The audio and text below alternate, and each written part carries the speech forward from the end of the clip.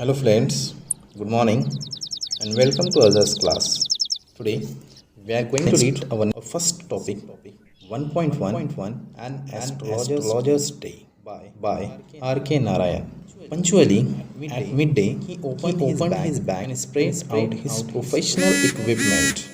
पाबंदी से दोपहर में उसने अपने बैग को खोला और बाहर निकाल दिया अपनी लगने वाली तमाम चीज़ें, which consisted of a dozen cowrie shells, a square piece of cloth with obscure mystic charts on it.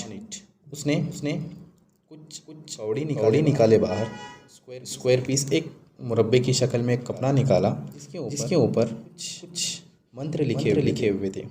A notebook and a bundle of Palmyra writing, और एक बंडल निकाला पैल्मेरा राइटिंग का. पैल्मेरा कहेंगे एक काइंड ऑफ पाम, मतलब एक दरख्त के छाल कहेंगे तो चलेगा. उसके ऊपर कुछ लिखा हुआ था. His forehead was resplendent with sacred ash and vermilion. उसकी निशानी पर लगाया हुआ था. जिस तरह से अगर आप देखेंगे एस्ट्रोलॉजर एक्चुअल में कहते हैं ज्योतिषी को. जिस तरह से ज्योतिषी अपने पेशानी पर 3 लाइन लगाते हैं, उसने राख से 3 लाइन लगाए हुए थे और एक टीका भी लगाया हुआ. And his eyes sparkle with a sharp abnormal gleam which was really an outcome of a continual searching looks for customers. और उसकी आंखें जो थी वो शार्प थी, तेज थी और सर्च कर रही थी, देख रही थी कि उसे कैसे कस्टमर मिल सकता है, ढूंढ रही थी. But which his simple clients took to be a prophetic light and felt comforted. लेकिन ये तमाम चीज़ें जो थी प्रोफेटिक यानी कि जो बातें बताता था. इसका जो हुलिया था, इस हुलिये से जो कस्टमर होते वो ये समझ लेते कि ये सही बात बताएगा. The power of his eyes was considerably enhanced by their position as they were between the painted forehead and the dark whiskers which streamed down his cheeks. इसकी जो आंखें थी वो शार्प थी, तेज थी और ये आंखें उसके पेंट किए हुए पेशानी और उसके मूंछों के बीच में थी. Even a half-pitched or sparkle in such setting. हालांकि इसकी जो आँख थी वो आधी खुली हुई थी और वो बैठा हुआ था. The crown the effect he wound a saffron-colored turban around his head. ताज की तरह उसने अपने सर पर केसरी रंग की पगड़ी बांधे हुए था. This color is never felt. और ये जो रंग है ये कभी फेल नहीं होता. यानी ये कस्टमर को उसकी तरफ अट्रैक्ट करता है. People were attracted to him as beings as attracted to cosmos or Dahlia's stalk. जिस तरह से लोग उसकी तरफ अट्रैक्ट होते हैं ऐसे जैसे कि किसी फूल, कॉस्मोस एक तरह का फूल, किस्म का फूल है, उस फूल की तरफ जिस तरह से मक्खियाँ अट्रैक्ट होती हैं, बिल्कुल वैसे ही लोग उसकी तरफ अट्रैक्ट होते हैं. He sat under the boughs of a spreading tamarind tree which flanked a path running through the town hall park. वो एक इमली के दरख्त की शाख के नीचे बैठा करता था और उस रोड पे बैठा करता था जो उस विलेज का, उस गांव का एक मेन रोड था और जहाँ से बहुत ज़्यादा लोग आया जाया करते थे. फ्लैंक मतलब इस जगह पर बैठा था जहाँ से बहुत से लोग गुजरा करते थे और वहाँ पे टाउन हॉल था. It was a remarkable place in many ways. हालांकि ये एक मेन इलाका था, यहाँ से दूसरी जगह जाने के लिए रास्ते मिलते थे. A surging crowd was always moving up and down this narrow road morning till night. और सुबह से लेकर शाम तक इस रास्ते पे बहुत ज़्यादा भीड़ इस छोटे रास्ते पर आया जाया करती थी. A variety of trades and occupation was represented all along its way. इसके साथ में और भी अलग के ट्रेड्स मतलब दुकानें वहाँ पे लगा करती थी और बहुत से पेशे वहाँ पे चलते थे. Medicine seller of stolen hardware and junk, magicians and above all. यानी वहाँ पे गोलियाँ बिकती थी, दवाइयाँ बिकती थी. पुराने हार्डवेयर बेचने वाला कुछ हुआ करता था, जादूगर होता था और अलग अलग किस्म की दुकानें जैसे कि an auctioneer of cheap cloths who created enough lean all day to attract the whole town. और एक नीलाम करने वाला था कपड़ों को, जो अलग अलग तरह से लोगों को अपनी तरफ अट्रैक्ट करता था. Next to him in Vesiphonius came a vendor of fried groundnut. और उसके बाद में आवाज़ करने वाला एक मूंगफली बेचने वाला था. Who gave his ware a fancy name each day. और उन फलियों को वो हर रोज़ एक नया नाम देता. Calling it जैसे कि वो बुलाता Bombay ice cream one day and the next day Delhi almond and on the third day Raja's delicacy. कभी वो कहता कि ये मुंबई की आइसक्रीम है, कभी कहता ये दिल्ली के बादाम हैं, और कभी कहता ये राजा का शौक है, यानी राजा इसे खाता है. And so fourth. इस तरह से आगे हर रोज़ अलग अलग नाम वो उस फली को दिया करता. And people flock to him. और लोग उसके पास जमा होते. Considerable portion of this crowd dallied before the astrologer too. और बिल्कुल उसी तरह की भीड़ एस्ट्रोलॉजर के पास भी जमा हो जाती. The astrologer transacted his business by the light of a flare which crackled and smoked up above the groundnut nearby. Astrologer था वो अपने बिजनेस को चलाता था उनकी लाइट के ज़रिए, जो आस पास के दुकानों से या उस मूंगफली बेचने वाले के दुकानों से आती थी. Half the enchantment of the place was due to the fact that it did not have the benefit of municipal lightning.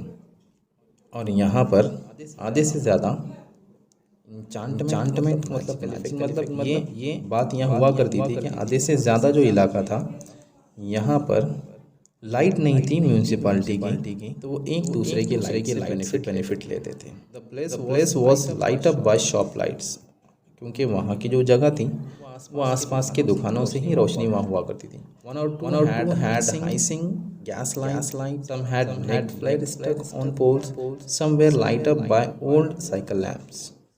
कुछ लोग ऊंचाई पर किसी चीज़ से बांध कर लाइट लगाते, तो कुछ लोग गैस लाइट यूज़ करते, और तो कुछ लोग साइकिल के लैम्प एज अ लाइट के तौर पर यूज़ करते. एंड वन और two like the astrologer manage without lights of their own.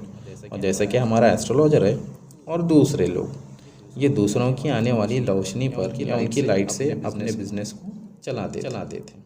मतलब उनकी कोई खुद की लाइट नहीं थी, दूसरों की रोशनी में ही अपना काम कर लेते थे. It was bewildering discourse of light trains and moving shadows. यहाँ पर कभी bewildering मतलब कन्फ्यूजन या उसे प्रॉब्लम होती कभी लोगों के आने की वजह से या शैडोज़ की वजह से उनके काम में रुकावट आती या अंधेरा हो जाता तो उन्हें थोड़ी सी तकलीफ होती. This suited the astrologer very well.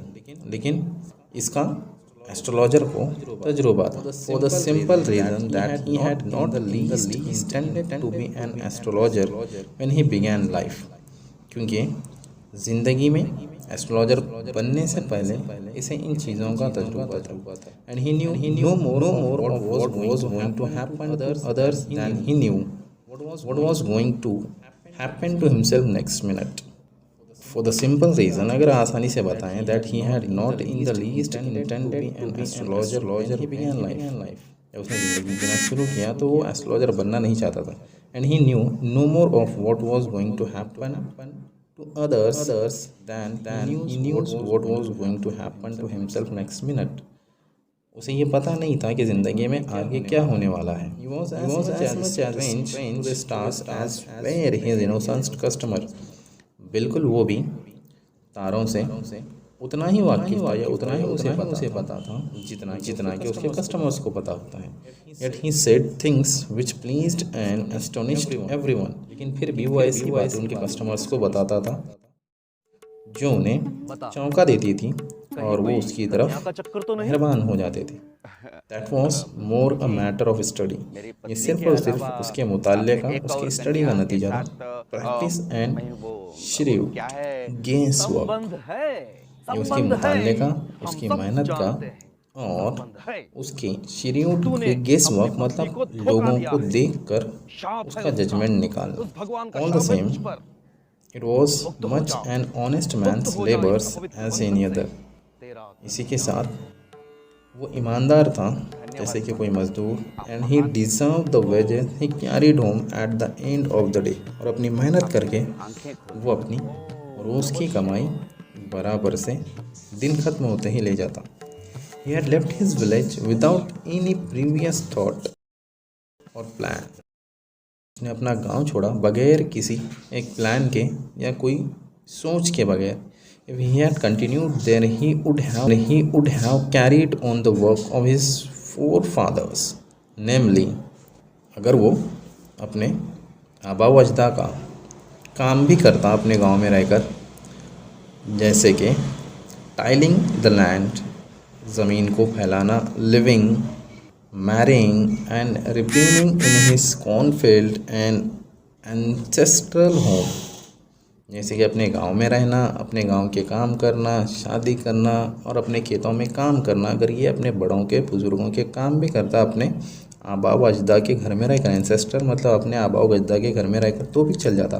But that was not to be. लेकिन उसने ऐसा नहीं किया. He had to leave home without telling anyone. उसने अपना घर छोड़ दिया बगैर किसी को कुछ बताए हुए. And he could not rest till he left it behind a couple of 100 miles. और कई सैकड़ों किलोमीटर उसने तय किया.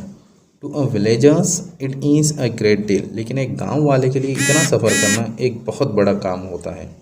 As if an ocean flowed between, जैसे कि किसी समंदर को पार करना. He had working analysis of mankind's trouble. और वो मुताला करने लगा कि इंसानों की परेशानियाँ क्या हैं. Marriage, money and the tangle of human ties. और उसे पता चला कि इंसान परेशान शादी से होता है, पैसे से होता है और अलग अलग बातों से तरफ लेकर चलता है. Long practice had sharpen his perception. और बहुत ज़्यादा मेहनत करने के बाद इसके अंदर उसे और ज़्यादा मालूमात हो गई. लोगों को वो समझने लगा. Within 5 minutes he understood what was wrong. और किसी इंसान को देखते ही बस 5 मिनट में उसके बारे में पता कर लेता. चार्ज 3 पैसा पर क्वेश्चन. हर क्वेश्चन पे 3 पैसे चार्ज लेता. Never open his mouth till the other had spoken for at least 10 minutes. और अपनी जबान, अपना मुंह तब तक नहीं खोलता जब तक कि उसका कस्टमर बोलकर 10 मिनट ना हो जाए. which provided him enough stuff for dozen answers and advices. और 10 मिनट में उसके बाद कई सारे जवाब और एडवाइसेस आ जाते हैं. When he told the person before him, जब वो उस आदमी को या सामने वाले पर्सन को कहता, जवाब देता, gazing at his palm, उसकी हथेली देखते हुए, in many ways you are not getting the fullest results for your efforts. और उसकी हथेली देखते हुए कहता है कि तुम जितनी मेहनत कर रहे हो तुम्हें उतना मिल नहीं रहा है. 9 out of 10 were disposed to agree with him. और 10 में से 9 लोग कहते कि हाँ ज्योतिष जी आप सही कह रहे हो. और he question, is there any woman in your family. और वो फिर सवाल करता उसकी हथेली देखकर, क्या तुम्हारे ज़िंदगी में, तुम्हारे ख़ानदान में कोई औरत है? May be even a distant relative who is not well dispose towards you. या कोई तुम्हारे फैमिली में कोई ऐसी औरत है जो तुम्हें तरक्की करता हुआ नहीं देखना चाहती. और he gave an analysis of characters. और अलग अलग लोगों के, अलग अलग औरतों की कैरेक्टर को बताता. Most of your troubles are due to your nature. और बताता है हाथ को देखकर कि तुम्हारे जो परेशानियां हैं वो तुम्हारी नेचर की वजह से हैं. How can you be otherwise with Saturn where he is. तुम कैसे कामयाबी पाओगे जब शनि यहाँ पर बैठा हुआ है. an impetuous nature and a rough exterior. जब तुम्हारा नेचर ऐसा होगा, यानी तुम्हारा बहुत रूड नेचर होगा, तो तुम्हारे साथ लोग अच्छे से कैसे रहेंगे, तुम परेशान ही रहोगे ना.